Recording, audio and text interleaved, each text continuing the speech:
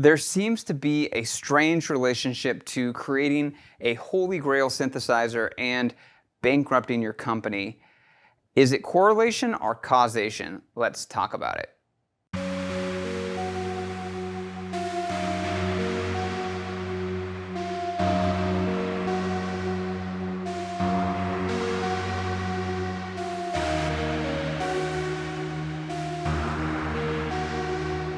Hi, I'm Zach Marr from Alamo Music here in San Antonio, Texas. You can find us online at alamomusic.com. If you haven't already, hit the subscribe button, turn on your notifications. This is our Alamo Sound Lab channel where we talk about all things music tech related. And today we're looking at the Waldorf Iridium. And I threw that out at the beginning because through synth history, there is these really interesting moments where a manufacturer created what is now considered to be one of the great synthesizers, the Memory Moog, for instance, or the Prophet VS from Sequential, and right in the death throes of their company. Another one would be the Alesis A6, which I think, if it didn't bankrupt the company, put it into really bad financial shape. But with synthesizers, I don't know what it is. The manufacturers themselves get this kind of mania and create a synthesizer that is so amazing, but either not accessible from a price standpoint or out of sync with the time, and they, in their vision of passion, bankrupt their own companies. And it seems to happen more frequently than in other segments in the music industry. I don't know if that's true, but it seems to happen more often than not. PPG, which was the predecessor to Waldorf, which created some of the the PPG Wave, which was the kind of original hybrid synthesizer and the pioneer of wavetable synthesis. That company bankrupted itself and then formed itself in the Waldorf, which also bankrupted itself. And this Waldorf Iridium is in the second generation of a company that has failed twice, but created some of the most iconic and groundbreaking both instruments and explored different types of synthesis. And the Iridium is in that lineage. And what's really interesting, I was blown away. I'd read about the Iridium originally when it came out. We didn't carry it, but I was really excited when they released it with a polyphonic aftertouch. And I was like, okay, we'll order one and check it out. And I took it out this weekend and was playing with it. And I was blown away, and I was like, this is truly one of the best, if not the best, digital synthesizer that I have played that's currently in production and that's of the recent era. And at the same time, I had a thought that I don't know if this is actually going to sell well or if it is already selling well. And the reason I had that thought was that there's a certain level of understanding about a number of different types of synthesis that you need to really appreciate and get the most out of this instrument. This is a very deep, very well-designed instrument. It's got 5 different types of synthesis in it, and they're not kind of basic types. They're some of the more esoteric or complex types. It has multiple filters in it. It's got a ton of routing options and a lot of things that you can automate, as well as assign macros.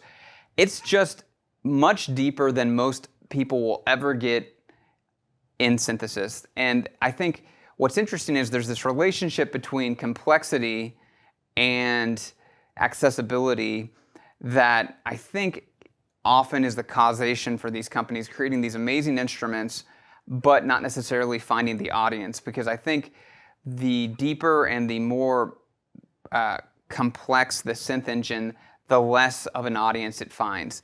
And for better or worse, it's just there's not that many people that get that deep into learning about the different styles and being able to appreciate what this offers. And what's really cool about it is that in spite of it being as deep and complex, the different types, it's got like granular synthesis, it's got very advanced wavetable engine, and very advanced kind of FM engine, and a couple of other types of synthesis in it.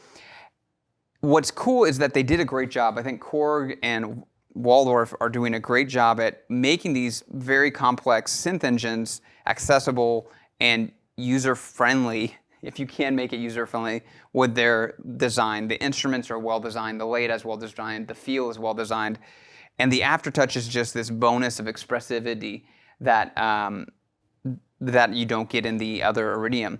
So I really am super impressed by this, but I'm also worried, because I'm worried that there's not a big enough audience for this instrument, and I think it's going to get passed up for instruments like the Jupiter X, which is great.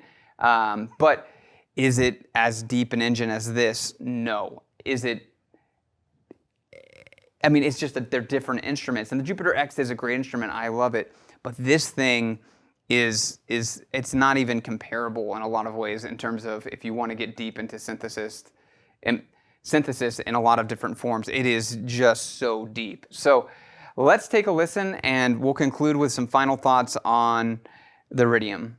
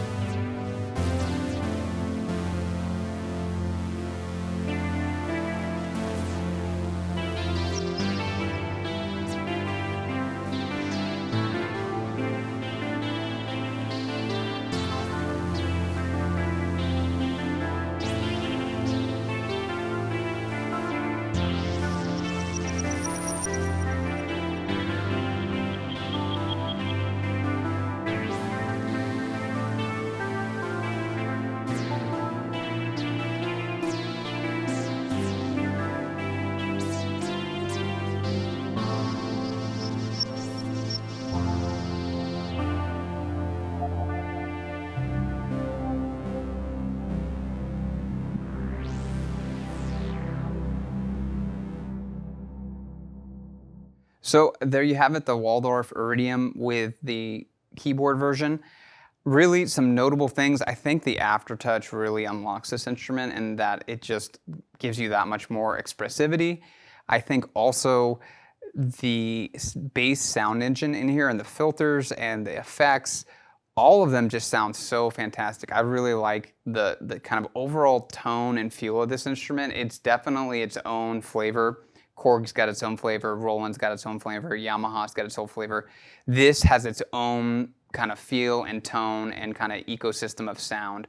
Really, if I had to, as I was listening to it, I was really impressed with how different it sounded and what a different space it occupied. And it really belongs in this lineage of instruments that are all kind of more obscure. We've covered some of them on this channel like the Fismo, then Sonic Fismo, the SQ80, the PPG Wave, of course.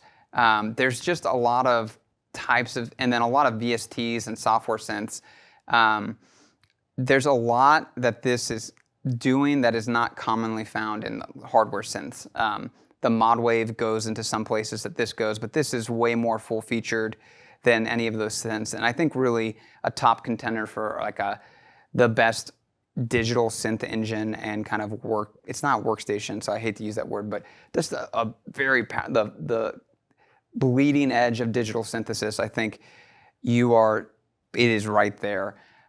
Is it going to be successful is a question I have. Is it going to attract enough of an audience? Do people appreciate how deep this synth engine can go? And is there a big enough audience that wants to go that deep into synthesis? I don't know. It's really an interesting question. Companies have pushed the envelope before and not been rewarded for their daring. So I hope they are rewarded. I think this is a great instrument. What are your thoughts? Leave them below. What do you think about the Waldorf story? What do you think about some of their previous iterations and kind of instruments that they've developed in the past? I'm still learning more about the history and kind of lineage of Waldorf. I don't have a ton of experience with their vintage instruments or their current stuff. But this and the M has been my first really foray and taste of their sound, and I am really surprised.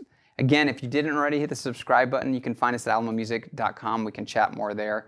Thanks for watching, and until next time.